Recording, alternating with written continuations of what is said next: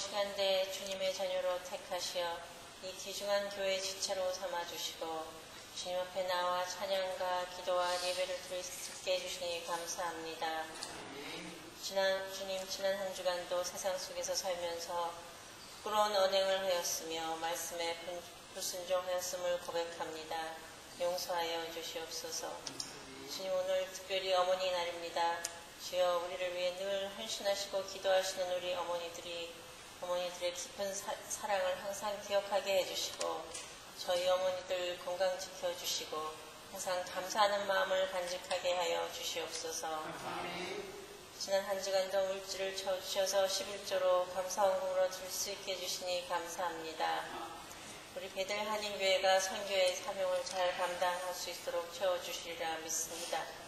주님의 말씀을 대언하실 때 권세와 능력을 더딥어 주셔서 그 말씀을 듣는 자마다 은혜 충만하여 주 안에서 사랑의 교제 이루며 말씀 안에서 함께 세워져 가도록 인도하여 주시옵소서. 예배를 돕는 손길들을 축복하여 주시고 자비하신 주님의 은혜가 베들 한인교회의 모든 가정에 임하여 손으로 마음으로 하는 일마다 형통과 번영을 누리게 하여 주시옵소서. 감사드리며 이 모든 말씀 우리를 사랑하시는 예수 그리스도의 이름으로 기도드리옵나이다. 아멘.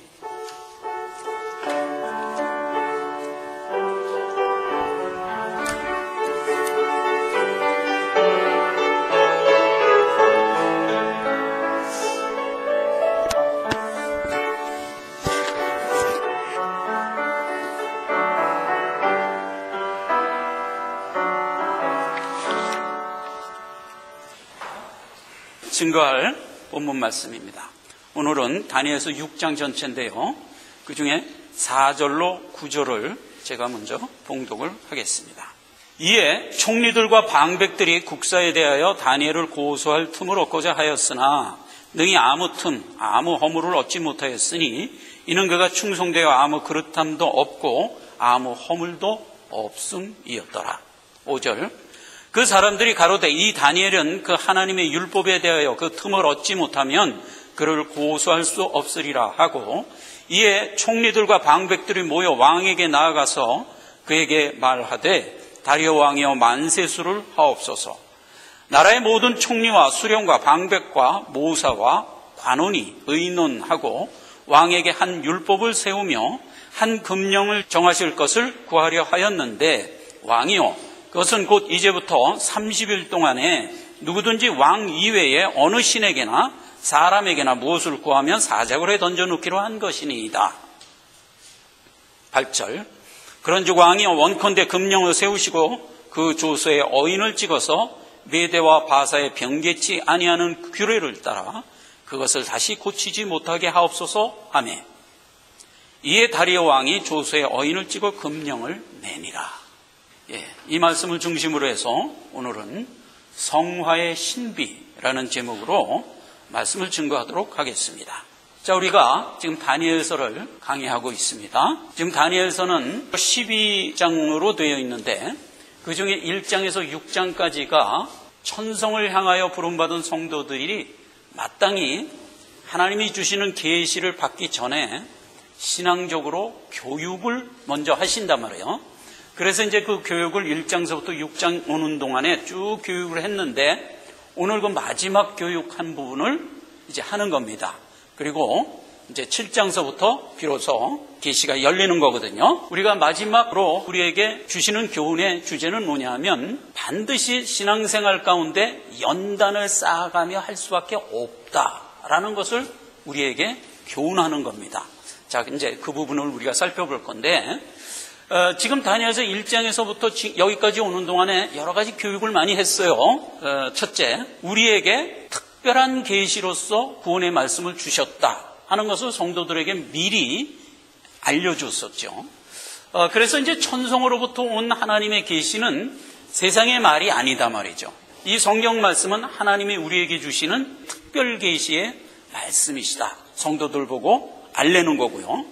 두 번째는 너희가 살아가고 있는 이 세상은 헛된 곳이다. 세상을 따라가 살면 살고 세상을 따르지 않으면 죽으리라. 이게 세상이 하는 교훈이에요.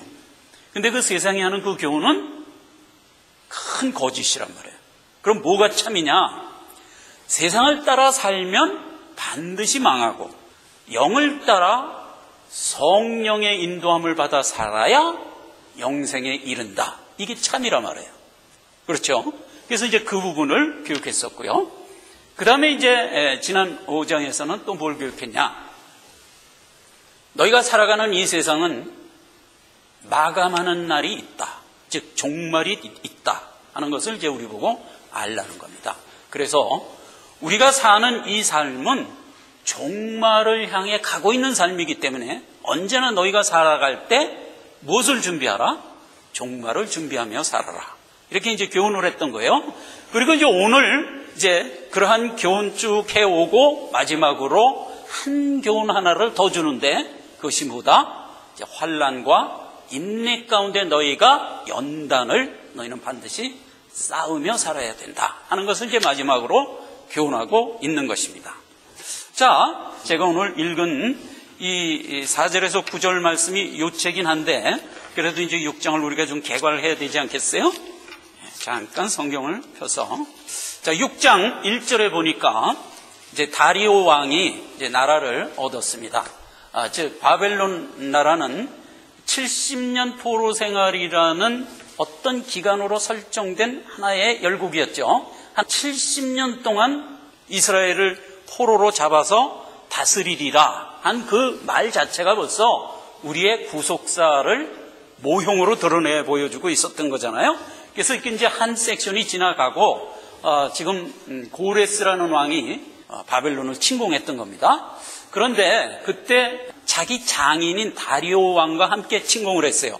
근데 다리오는 메대 사람이고 고레스는 바사 사람인데 이제 우리나라로 말하자면 뭐 영호남 이런 거예요. 같은 나라인데 지방이 이렇게 다른 거였어요. 고레스가 이 일을 다 했지만 자기 장인을 먼저 옹립해서 왕을 세우는 거예요. 그래서 이제 다리오가 62세에 메대라는 나라로 됐는데 역사적으로 보면 그 다리오가 2년쯤 지나서 이제 세상을 떠납니다.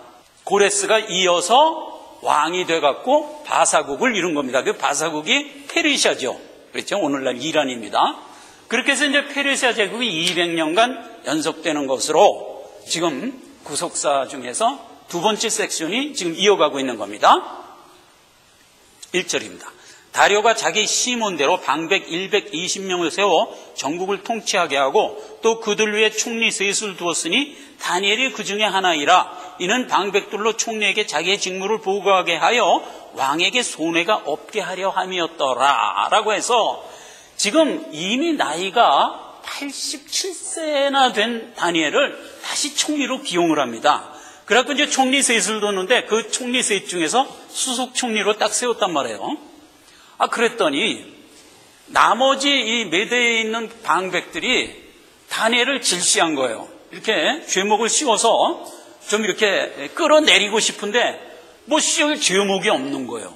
그 얘기가 이제 오늘 읽은 4절이었잖아요. 이에 총리들과 방백들의 국사에 대하여 다니엘을 고소할 틈을 얻고자 하였으나 어땠다고요?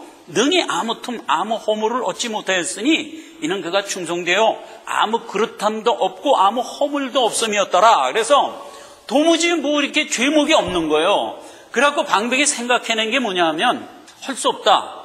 다니엘이 하는 것이 죄가 되게 하자. 이렇게 된 거예요. 그 다니엘이 하는 게 뭐예요? 예수 믿는 거잖아요. 그럼 좋다. 예수 믿는 게 죄가 되게 하자. 그렇게 이제 엮은 거죠. 5절 이하에 이제 그 엮은 얘기가 지금부터 30일간 신에게든지 사람에게든지 어떤 형태로든지 경배를 하면 그가 죽을 죄가 되게 하자. 이런 이제 조서를 꾸린 거예요.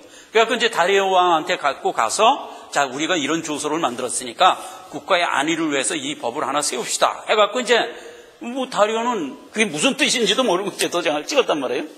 다니엘이 당연히 걸려들었지. 안 그렇겠어요? 다니엘은 예수를 잘 믿는 사람이고 언제든지 하나님 앞에 경배하는 사람이잖아요. 근데 경배하면 잡아가겠다 했으니 안 걸려둘 수가 없지. 그래서 이제 또 걸려들었단 말이에요. 방백들이 지켜봤겠지. 이렇게 보니까 아니가 달라. 이제 다니엘이 늘 경배를 한단 말이에요. 13절에 왕한테 가서 이제 고소를 하는 겁니다. 12절. 이에 그들이 나아가 왕의 금령에 대하여 왕께 아뢰되 왕이 이미 금령의 어인을 찍어서 이제부터 30일 동안에 누구든지 왕 외에 어느 신에게나 사람에게나 구하면 사자굴에 던져놓기로 하지 않았습니까? 그랬지. 다니엘이 걸려들었습니다. 이렇게 된 거예요. 그러니까 왕이 그때서 이제 정신이 번쩍 난 거예요. 아니 내가 조서에 어인 찍은 게 다니엘을 잡으려고 그랬던 거야? 그래갖고 이제 근심하면서 할 수 없이 사자굴에 넣으라고 명령을 하고, 어떡합니까? 자기가 만든 법이니 넣으라고 명령을 하고 근심을 하면서 밥을 꼴딱 세우고 새벽이 되자마자 사자굴로 뛰어간 겁니다. 이제 왕이. 이제 거기서 이제 다니엘을 부르죠. 혹시라도 내가 평소에 늘 섬기던 하나님이 너를 살렸을 수도 있겠다. 이렇게 이런 마음을 갖고 다니엘을 불렀죠. 그래갖고 이제 다니엘아 혹시 네가 살았냐? 이렇게 이제 다리오 왕이 부르니까 다니엘이 21절 다니엘이 왕에게 구하되 왕이요 원컨대 왕은 만세수를 하옵소서. 살은 거예요. 22절 나의 하나님이 이미 그 천사를 보내어 사자의 입을 봉하셨으므로 사자들이 나를 상해치 아니하였사오니 이는 나의 무죄함이 그 앞에 명백하며 또 중요합니다. 이게 또 왕이요 나는 왕에게도 해를 끼치지 아니하였나이다. 이렇게 얘기를 해요. 그러니까 이제 왕이 어서 다니엘을 끄집어 올려라. 그래서 이제 다니엘을 구원하고 이제 왕이 이제 화가 난 거예요. 이놈들이 말이야 나를 속여갖고 이런 법령을 만들게 하고 다니엘을 올가느려고 그래서 저놈들을 잡아라 해갖고 그놈들을 몽땅 잡아서 사자굴에 쳐넣어버렸어요. 그랬더니 이들은 사자굴에 떨어지기 전에 사자가 펄쩍 뛰어서 잡아서 그들을 다 죽여버렸어요. 그렇게 해서 이제 얘기가 끝난 겁니다. 그러니까 이제 다리오 왕이 다시 조소를 핍니다. 이제부터 내가 관리하는 이 나라에서는 다니엘의 하나님을 존경하고 섬길지어다. 이런 조소를 이제 거꾸로 내는 겁니다. 그렇게 하고 맨 마지막에 이에 28절 다니엘이 다리오 왕의 시대와 바사 사람 고레스 왕의 시대에 형통하였더라. 그래서 다리오 왕 2년을 총리로 지내고 그 고레스 왕의 4년까지 총리로 있었던 것이 이제 성경에 기록됩니다. 그러니까 거의 93세까지 사는 것 같아요. 이제 그렇게 된 것이 다니엘서 6장의 내용입니다. 자, 이 6장이 도대체 우리에게 무슨 교훈을 마지막으로 주고자 하는가 하는 겁니다. 지금 다니엘서는 계시록이죠. 계시록이에요. 그럼 다니엘서가 누구를 향한 계시라고 그랬죠? 지금 살고 있는 지금 이때 우리를 향한 계시라고요. 그래서 이제 다니엘서도 그렇고 요한계시록도 그렇고 지금 시점에서 반드시 바라보도록 되어 있는 것이고 지금 우리가 살고 있는 우리는 예수 그리스도가 재림하여 모든 구속사를 끝낼 것을 바라보면서 신앙생활을 해야 되기 때문에 이 계시를 받기 전에 지금 교육을 먼저 하는 거거든요. 근데 그 교육 중에서 오늘 마지막 교훈이 뭐냐 하면 예수를 믿는 것이 죄가 되는 때에 너희가 세상을 살게 될 것이다가 교훈이에요. 여러분, 오늘날 우리가 예수 믿으면 법에 저촉돼서 잡혀가는 시대에 살고 있습니까? 아직은 아니에요. 아직은 아니에요. 그러나 이것은 근본적으로 세상 자체가 우리를 미워하고 우리를 거부한다는 것이 배직으로 된 얘기고 이것은 끝내 주님 재림하기 직전에 가장 극악되어 있는 세상에 가서는 믿는 것이 죄가 되는 것이 세상 법으로 확정되는 때를 예고하고 있다 이겁니다.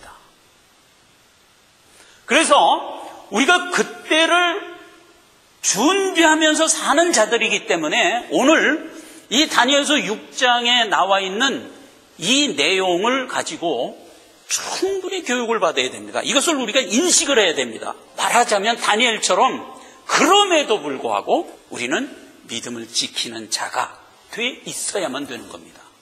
그래서 이 교육은 반드시 필요한 교육이고 또 모든 교육의 마지막 주제다 이 말입니다. 자, 근본적으로 우리가 누구요? 죽어 있던 죄인에서 생명 갖고 산 자잖아요. 그 이제 요한복음 1장 12절에 보면 우리의 정체성에 대해서 아주 분명하게 이렇게 얘기하고 있습니다. 영접하는 자, 곧 그의 이름을 믿는 자들에게는 하나님의 자녀가 되는 권세를 줬다는 겁니다. 그러니까 우리가 지금 예수 믿는 자로서의 권세를 받은 자예요. 그런데 그게 어떻게 해서 그렇게 됐다고요? 영접하는 자, 그의 이름을 믿은 자라고요, 우리가. 그러니까 우리가 의지와 의식을 갖고 하나님을 믿기로 작정했다고요, 우리가. 그렇게 해서 우리가 구원받은 자가 됐는데 그 뒤에 나오는 단서에 보면 뭐라고 돼 있어요? 이는 사람의 육정이나 사람의 뜻으로 된 게 아니고 뭐라? 하나님께로부터 난 것이기 때문이라는 거예요. 그러니까 우리가 믿게 된 것은 하나님이 나에게 생명 준 것이 근본이지만 그럼에도 불구하고 너희는 그러한 가운데 믿기로 네가 작정을 했다는 겁니다. 이 두 개가 합쳐진 거예요. 그렇게 해서 이제 우리가 생명 가진 거예요. 그러니까 이거를 나를 얘기하고 있는 거예요. 지금 내가 그런 사람이라는 거죠. 너 어떻게 예수 믿게 됐냐? 이렇게 믿게 됐다고요. 근본적으로 하나님이 내게 생명 줬기 때문에 죽은 자에서 살려난 거고, 그리고 내가 결단하여 믿게 된 것이다 말이에요. 이게 결부가 되어야 되는 겁니다.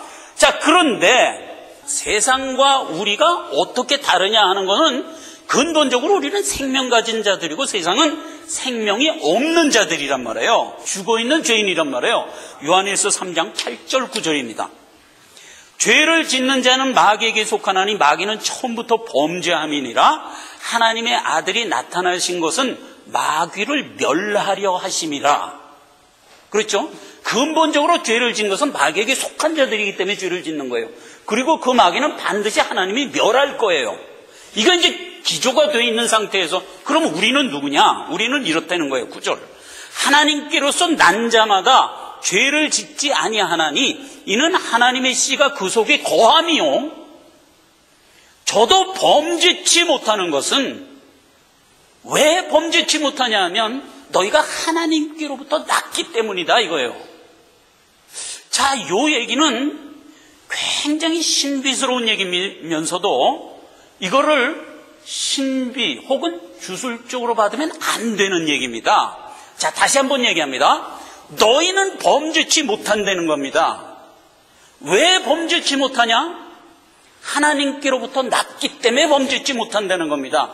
자, 범죄치 못한다는 얘기는 굉장히 이해하기가 어려운 얘기예요. 내가 무슨 범죄를 하려고 손을 이렇게 뻗었더니 손이 이렇게 삐뚤어갖고 범죄를 못하게 했다. 이런 의미가 아니단 말이에요. 그런데 그런 의미도 있는 거예요. 이게 신비라. 로마서 8장 28절 같은 경우가 그 얘기를 그렇게 얘기한 거예요. 믿는 자들에게는 모든 것이 합력하여 선으로 간대요. 예, 우리가 엎어지고 자빠지고 쓰러지고 하는 게 다 합력해서 결국은 생명으로 간다니까요. 그러니까 우리가 뭘 범죄를 하고 잘못 생각하고 잘못 살아도 하나님이 우리를 택하여 이 길을 가게 하는 과정에서는 그 모든 게 역사하고 원인이 되고 이유가 되고 해서 생명으로 가고야만 한다 이거예요. 그런 점에서 신비예요. 그러나 신비를 지금 오늘 여기서 우리에게 교훈하고자 하는 게 아니오. 너희는 그런 자들이지만 지금 뭘 교훈하냐면 연단을 받으라는 거거든요. 그러니까 우리 보고 의지를 발동하라는 쪽에서 지금 이 얘기를 우리에게 교훈하고 있는 거예요. 자, 우리가 범죄치 못한다 하는 얘기는 결론부터 얘기하면 이런 얘기예요. 죽을 수 없다는 뜻이에요. 죄의 결과는 뭐죠? 사망. 근데 너희가 죄를 질 수 없다는 얘기는 다른 말로 얘기하면 무슨 얘기예요? 죽을 수 없다는 얘기예요. 요 얘기를 무슨 얘기인가 하는 것을 좀 우리가 먼저 살펴본 연후에 우리가 어찌하여 연단이 필요한가 하는 것을 좀 들어가 보자 말이에요. 자, 너희는 죽을 수 없는 자들이에요. 범죄치 못하느니라 하는 얘기가 그 얘기예요. 그 얘기는 예수 그리스도께서 공생의 3년에 나사로를 무덤에서 살릴 때 우리에게 주신 말씀 속에 이런 말씀을 하셨어요. 요한복음 11장 25절 26절을 제가 읽습니다.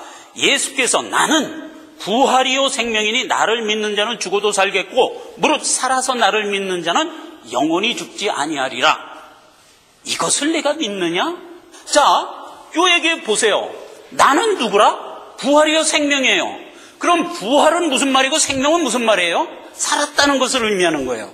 같은 생명을 얘기하는데 부활은 무슨 의미가 거기에 포함되어 있냐면 같은 생명에 대한 얘기인데 부활은 이 생명은 영생의 생명이기 때문에 죽을 수 없는 생명이니라 이런 뜻이 있는 게 부활이에요. 그러니까 같은 말이라도 죽을 수 없는 생명 가진 자라고 특별히 압축하여 된 용어가 부활이라는 뜻이에요. 그러니까 나는 부활이라는 거예요. 그러니까 여기 얘기대로 죽어도 사는 거예요. 우리가 그런 자들이에요. 그걸 먼저 인식을 하란 말이에요. 우리가 영생 가졌다는 것은 영원히 사는 것인데 영원히 사는 것은 하나님이 내게 생명 주어서 된 것이기 때문에 하나님 허락 없이는 죽을 수 없는 자란 말이에요. 이거 이상 더 큰 복이 있습니까, 여러분? 사실은 없습니다. 이거 이상 더 큰 복은 없는 겁니다. 그걸 벌써 우리가 은혜로 받고 지금 이렇게 나가는 겁니다. 자, 계시록에 가면 11장에 두 증인에 대해서 얘기하고 있어요. 앞으로 우리가 계시록 살펴볼 거예요. 다니엘서 7장으로 가서 이제 계시가 열릴 건데 그 계시는 요한계시록에 열리는 계시와 동일해요. 그러니까 이제 제가 왔다 갔다 하면서 살펴볼 건데 그때 요한계시록에 가면 세 재앙이 예고되어 있어요. 즉 7 인재앙, 7 나팔재앙, 7 대접재앙 그렇게 해갖고 세상에 이 재앙이 이렇게 흘러갈 거라는 겁니다. 그 얘기는 다니엘서에서 7장, 8장, 9장에 어떤 식의 열국이 흥망성쇠를 이으며 나갈 것이냐 하는 얘기와 맞물려 있는 거예요. 지금 이제 그거 살펴볼 건데 거기에 11장에 보면 7 나팔재앙 중에서 6째 재앙 끝에 이런 말을 기록하고 있어요. 두 증인에 대해서 기록하고 있어요. 제가 보겠습니다. 계시록 11장 3절부터 읽겠습니다. 내가 두 증인에게 권세를 주리니 저희가 굵은 베옷을 입고 1260일을 예언하리라. 4절 이는 이 땅에 주 앞에 섰는 두 감람나무와 두 촛대니 저희가 그 증거를 마칠 때 무조갱으로부터 올라오는 짐승이 저들로 더불어 전쟁을 일으켜 저희를 이기고 저희를 죽일 터인즉 저희 시체가 큰 성 길에 있으리니 그 성은 영적으로 하면 소돔이라고도 하고 애굽이라고도 하니 곧 저희 주께서 십자가에 못 박히신 곳이라. 9절 백성들과 족속과 방언과 나라 중에서 사람들이 그 시체를 사흘 반 동안 목도하며 무덤에 장사하지 못하게 하더라. 10절 이 두 선지자가 땅에 거하는 자들을 괴롭게 한 거로 땅에 거하는 자들이 저희 죽음을 즐거워하고 기뻐하면서 서로 예물을 보내더라. 11절 3일 반 후에 하나님께로부터 생기가 저희 속에 들어가매 저희가 발로 일어서니 구경하는 자들이 다 두려워하더라. 이런 이제 내용이 기록되어 있어요. 자, 이게 두 증인에 대한 이야기입니다. 어떤 두 증인이 세상의 강포로 인하여 죽었는데 3일 반 후에 살아나는 것, 그런 것으로 이제 이렇게 기록이 되어 있고요. 그런데 이 두 증인이 누구냐 하는 것에 대해서 우리가 좀 먼저 살펴봐야 돼요. 이 두 증인은 여기 나온 얘기대로 이는 이 땅에 주 앞에 섰는 두 감람나무와 두 촛대니라고 그랬어요. 근본적으로 이 증인이 몇 명이라고요? 2명이라고요. 두 증인이라고 그랬어요. 그런데 그 두 증인을 설명하면서 두 감람나무와 두 촛대라고 그랬어요. 그러면 넷이잖아요. 그렇게 해석할 문제가 아니고 두 증인은 말하자면 두 감람나무라고도 하고 두 촛대라고도 하는 것이니라. 이런 뜻이에요. 그러니까 우리가 두 증인을 살펴보면서 빨리 알아들을 수 있는 게 뭐죠? 촛대. 촛대는 뭐라 그랬어요? 계시록 1장 20절에 교회라고 그랬잖아요. 그러니까 두 증인은 벌써 그 중에 하나가 누구요? 교회야. 그러니까 우리를 얘기하는 거예요. 우리. 자, 두 증인은 먼저 하나는 우리다는 게 벌써 여기서 확인이 된 겁니다. 자, 그런데 교회를 얘기할 때 언제나 교회는 독단적으로 있다고 그랬어요? 아니요.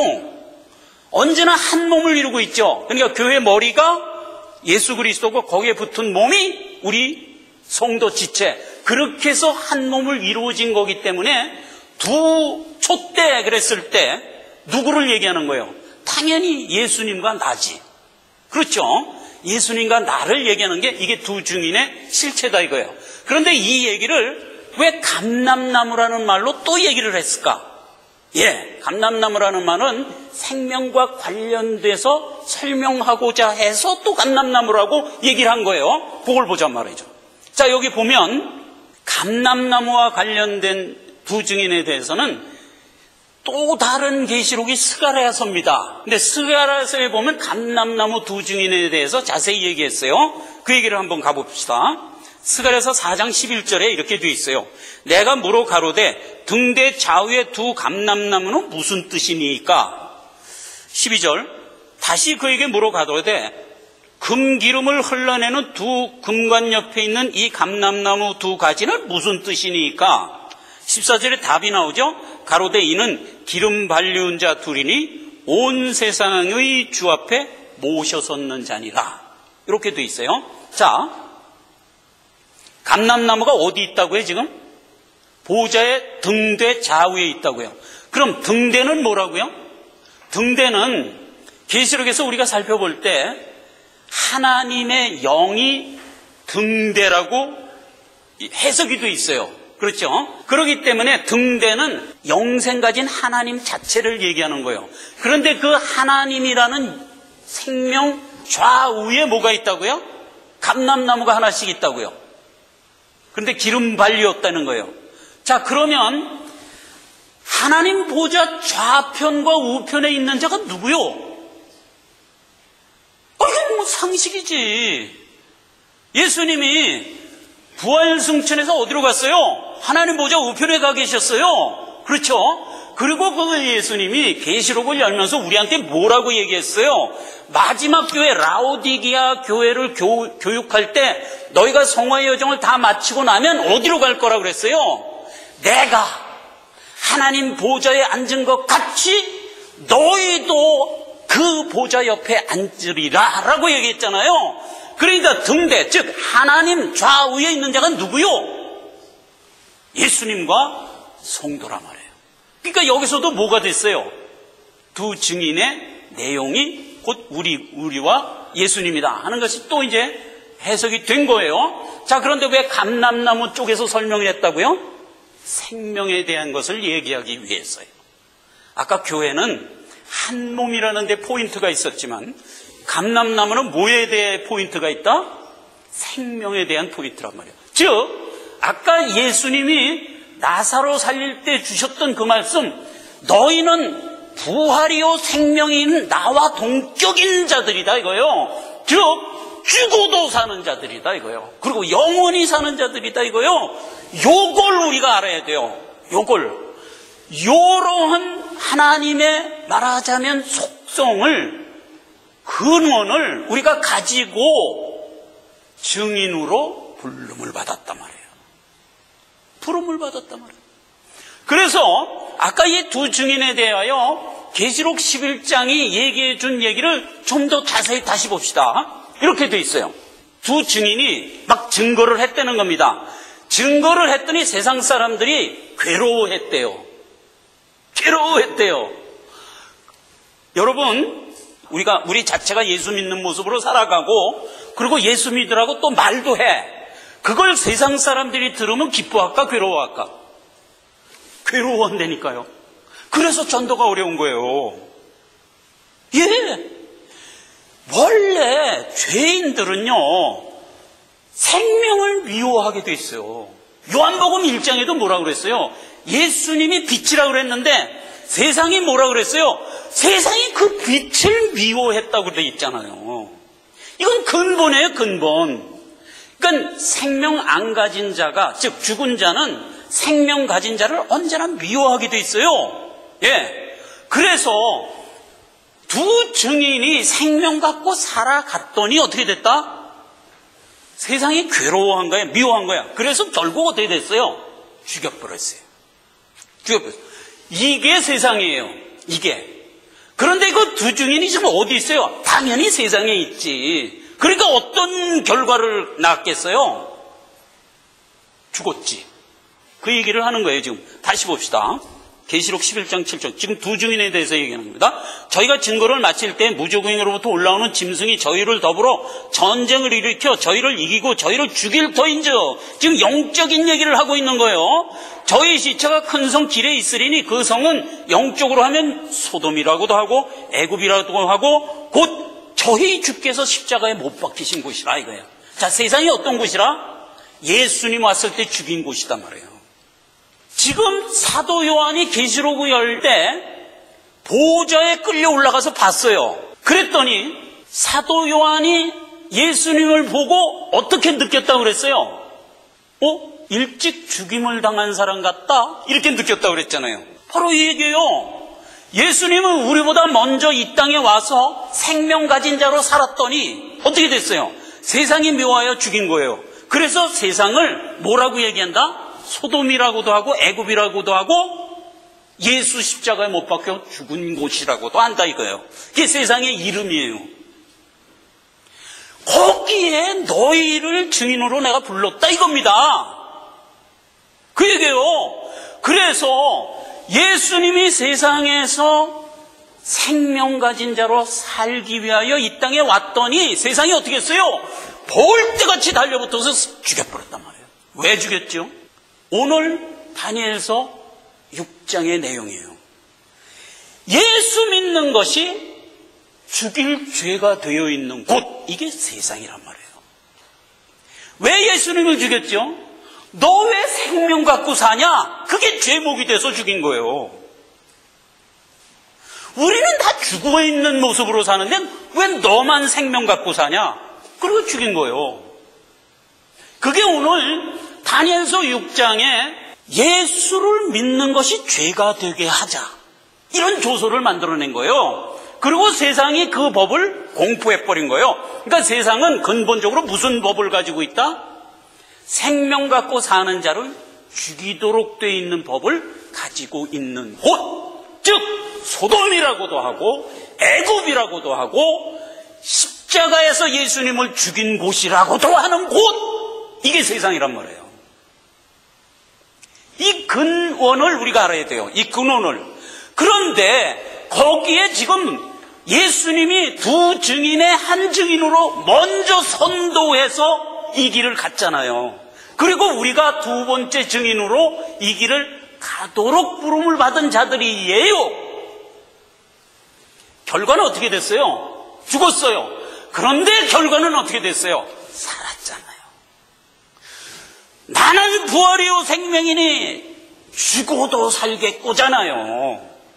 이게 영생 가진 예수 그리스도의 생명의 근원이라고요. 근원. 그 근원을 누가 가지고 있어요 지금? 내가 가지고 있단 말이에요. 내가.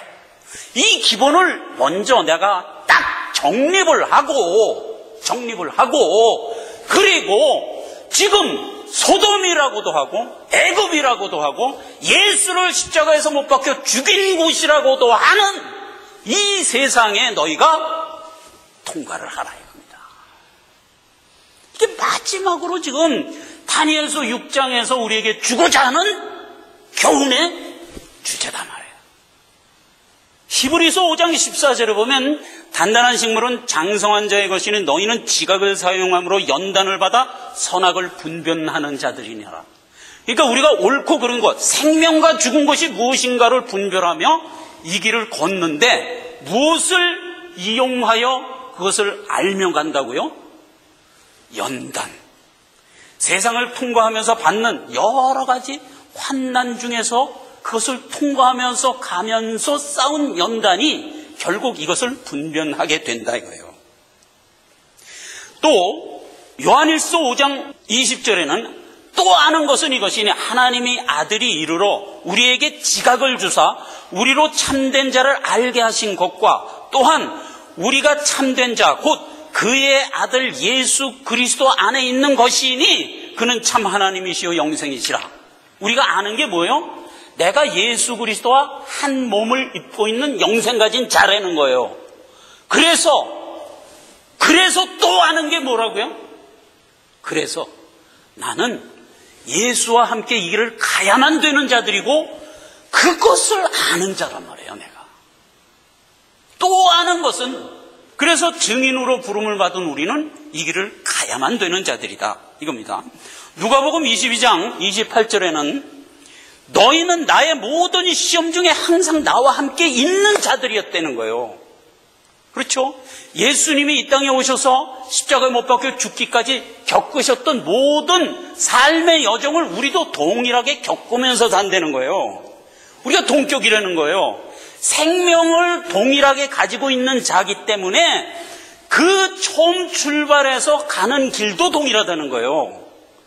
누가복음 24장 48절에는 그러므로 너희는 이 모든 일의 증인이다 이 말이에요.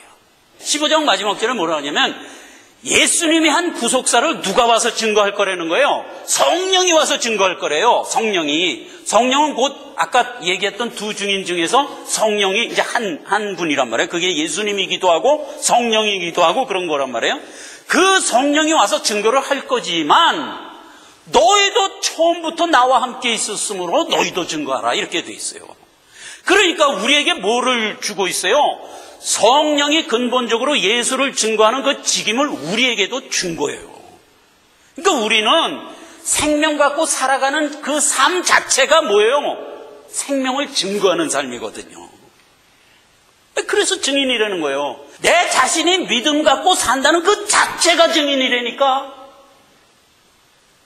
그리고요, 지금은 아직 어렵지 않지만 앞으로 예수를 믿는 자체가 죽일 죄가 되는 때가 올 거예요. 맨 마지막 때가 그렇게 될 거예요. 요한계시록 20장입니다. 7절부터 보겠습니다. 천년이 참에 사단이 그 옥에서 놓여 나와서 땅의 사방 백성 곧 곡과 마곡을 미혹하고 모아 싸움을 붙이리니 그 수가 바다 모래에 같으리라. 9절 저희가 지면에 널리 펴져 성도들의 진과 사랑하시는 성을 두루매 하늘에서 불이 내려와 저희를 소멸하고, 이렇게 돼 있어요. 이게 마지막 때 모습이에요. 그러니까 천년이 참에는 무슨 얘기예요? 이 교회 시대가 다 끝나고 이런 뜻이에요. 그거는 이제 베드로후서 3장에도 그렇게 돼 있어요. 왜 이렇게 주님이 늦게 오냐? 왜 이렇게 안 오냐? 이럴 때 베드로 사도가 우리에게 준 말이 뭐예요? 야 이놈아, 주님이 왜 이렇게 늦게 오는 건 너희 될 수 있으면 더 많은 사람 구원하려고 그러는 거 아니냐? 죽게는 이놈아 천년이 하루 곱고 하루가 천년 같은 이 한 가지를 왜 몰라? 이렇게 얘기했을 때 그 천년이에요. 이거 달리 해석하면 안 돼요. 이게 뭐 지상천국 뭐 해갖고 그 천년이 참 이렇게 해석하면 이게 환장하는 거 이게. 그렇게 하면 안 돼요. 그러니까 그렇게 해서 천년이 차면 예수님이 재림할 거잖아요. 재림할 때 상황이 어때요?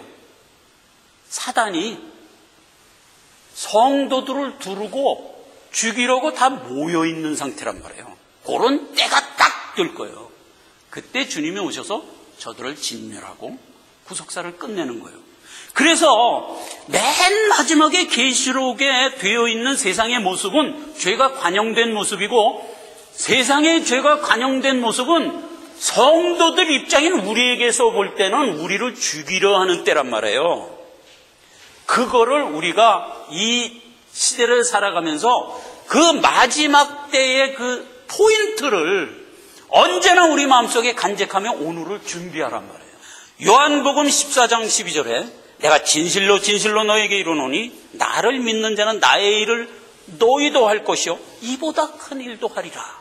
예수 그리스도가 생명 갖고 산 이 길을 우리도 살아가는데, 예수님은 3년이라는 짧은 삶을 살면서 굵은 족적을 남겼어요. 물론 우리는 우리의 일생을 통하여 남길 족적이 있어요. 우리도 동일한 족적인 거예요. 생명을 지킨 자의 족적이다. 생명을 유지하고 지키고 킵하여 간 사람의 발자취라고요. 그래서 동일한 일을 너희도 할 것이다. 그 얘기입니다. 이러한 모든 영적 얘기는 굉장히 기이한 겁니다. 굉장히 기이한 겁니다. 하나님이 우리를 바라볼 때도 기이하고요. 우리가 하나님의 구속사와 심판의 내용을 바라볼 때도 기이하고요. 마귀가 하나님의 구속사를 바라볼 때도 기이합니다. 그래서 하나님의 구속사는 육신의 몸을 입고 살아가는 모든 존재가 바라볼 때는 어메이징해요. 이건 기이할 수밖에 없는 거예요. 하나님도 우리가 사망에서 생명 갖고 틈 태어나서 믿음을 툭 보일 때 하나님도 놀랬다는 거 아세요, 여러분? 백부장이 자기 종 좀 살려주십시오 하고 예수님께 나왔어. 예수님이 그래? 알았다. 가자. 그러고 이제 손잡고 가려고 그랬더니 백부장이 뭐라 그런지 아세요? 주여, 말씀으로만 하옵소서. 그러면 내 종이 낫겠나이다. 세상에 예수님이 아이 요놈 봐라 이랬다는 얘기예요. 하나님도 기이 여긴다니까요. 우리는 어떤지 아세요? 마태복음 9장에 보면 귀신이 쫓겨나고 벙어리가 말하고는 우리가 기이 여겨 가로되 이스라엘 가운데 이런 일을 본 때가 없다. 그래갖고 예수님이 구원 사역의 표적으로 막 보여줄 때 그게 내용들이 다 뭐예요? 사망에서 생명으로 옮기는 표적들을 막 보여줬잖아요. 그게 기이 여긴 거예요. 사도 요한이 마지막 말세의 모습을 천사가 끌고 올라가서 보여줬어. 바벨론 음녀가 결국 멸망할 것을 보여준 거야. 그랬더니 사도 요한이 기이 여긴 거야. 그랬더니 천사가 야 요한아 뭘 그렇게 기이 여기냐 이놈아. 뭘 그렇게 기이 여겨. 저 바벨론 음녀는 옛날에 있었던 놈 아니냐. 우리 보고 얘기하는 거예요. 우리가 준비하면서 살면서 무엇을 다 지금 준비하죠? 앞으로 우리를 위해할 바벨론 음녀를 세상에 있는 모든 열국의 구속사의 변천사를 통해서 계속 모형으로 봤잖아요. 이놈아 옛날에 네가 다 본 거야. 그놈이 앞으로 장차 나타날 거라고 얘기했던 바로 요 놈이야. 뭘 기이 여기냐. 이렇게 얘기하잖아요. 기이 여길 게 없는 거예요. 그러면서도 우리는 늘 기이 여기는 거예요. 그러니까 사단이 멸망당하고 우리가 완성되는 것을 보면서 우리는 또 기이 여긴다고요. 근데 세상은 또 어떻게 생각해요? 당연하죠. 생명 갖고 살아가는 예수님 그리고 우리를 보면서 기이 여기는 거예요. 너희는 왜 생명 갖고 사냐? 이렇게 생각하는 거예요. 이게 참 한심한 기이함이지. 우리처럼 이 차원 높은 기이함을 어메이징을 가지는데 얘네들은 한심한 어메이징을 갖고 있는 거예요. 응? 이런 거예요. 이런 그 근원적인 족적을 우리가 알려는 거예요. 너희를 증인으로 불렀다는 것은 생명 가진 자로 불렀다는 것이고 이 섹션에 우리가 들어있다는 겁니다. 자, 그래서 마지막으로 두 구절 읽고 예배를 마치겠습니다. 히브리서 5장 8절로 9절입니다. 그가 아들이시라도 받으신 고난으로 순종함을 배워 온전하게 되었은즉 자기를 순종하는 모든 자에게 영원한 구원의 근원이 되셨다 그랬어요. 그러니까 예수 그리스도가 우리에게 구원을 남겨주실 때 족적은 뭐예요? 모든 고난을 감수한 길을 가셨다. 그게 결국 어떻게 됐어요? 십자가에 못 박혀 죽는 것까지 감수했잖아요. 그리고 3일 반 만에 살아나시는 그런 예수님이었잖아요. 우리도 그렇다는 거예요. 그게 우리가 구원받은 구원의 근원이라는 거예요. 그가 우리를 위하여 목숨을 버리셨으니 우리도 마땅히 사랑하는 형제를 위하여 목숨을 버리는 것이 마땅하니라. 그러니까 우리도 예수의 족적을 따라가야 된다 하는 얘기예요. 디모데후서 3장 11절 무릇 그리스도 예수 안에서 경건하게 살고자 하는 자는 핍박을 받으리라. 당연하죠. 갈라디아서 5장 11절 형제들아 내가 지금까지 할례를 전하면 어찌하여 지금까지 핍박을 받으려 그랬으면 십자가에 거치는 것이 그쳤으리라. 이게 무슨 얘기예요? 사도 바울이 만약에 복음을 전하지 않았으면 사도 바울에게 가했던 모든 핍박이 왔겠어요? 안 왔겠어요? 당연히 안 왔지. 그 얘기하는 거예요 지금. 내가 바른 복음을 전했기 때문에 핍박을 온 게 아니냐. 만약 내가 다른 복음을 전하지 않았다면 핍박이 그쳤으리라 해요. 그러니까 지금 여기 6장에서 다니엘도 마찬가지예요. 하나님께 경배하고 예배하는 삶을 살지 않으면 사자굴에 안 들어갈 뻔했죠. 했기 때문에 들어간 거잖아요. 그러니까 우리는 생명 갖고 살아가는 일을 환난이 온다고 해서 피할 수 없다가 우리의 생명의 근원이란 말이에요. 그렇죠. 근원이란 말이에요. 그 얘기를 하는 거예요. 그래서 이제 욥기에는 그 얘기를 이렇게 합니다. 삼가 악으로 치이치지 말라. 너희가 환난 대신에 악의 편에 들어갔느니라. 이런 얘기를 했어요. 환난을 피하기 위해서 취할 수 있는 가장 빠른 행동이 뭐예요? 믿음 버리면 환난은 없어져요. 그러나 환난을 피하기 위하여 악으로 들어서지 말란 말이에요. 환난을 감수하라 이거예요. 그러면 네 생명의 본질이 죽어도 산다니까 염려 말고 내 생명 지켜라. 이렇게 얘기하는 겁니다. 그래서 로마서 5장 4절 마지막입니다. 인내는 연다는, 연다는 소망을 낳게 된다. 너희가 이 땅을 살아가면서 세상이 주는 여러 가지 환난을 그때마다 내 의지로 이겨내고 지각으로 이겨내고 나는 생명 가진 자로 살 거야 라고 결단하여 가는 것을 뭐라고 한다? 연단이라고 그런단 말이에요. 그거를 우리말로 뭐라고 그러죠? 인격. 이게 신앙인격이란 말이에요. 그래서 우리가 예수 잘 믿고 생명을 지키며 살아감으로써 우리에게 무엇이 쌓여요? 연단, 즉 신앙인격이 쌓인다 라는 것이 오늘 6장이 우리에게 주는 교훈입니다. 기도하겠습니다. 아버지 하나님, 은혜와 사랑 감사드립니다. 하나님께서 오늘 마지막으로 우리에게 연단에 대한 교훈을 주셨습니다. 이 교훈 갖고 이제 다음 주부터 열릴 모든 계시를 우리가 순적히 받고 오늘을 준비할 수 있게 하여 주심을 감사드립니다. 예수님의 이름으로 기도했습니다. 아멘.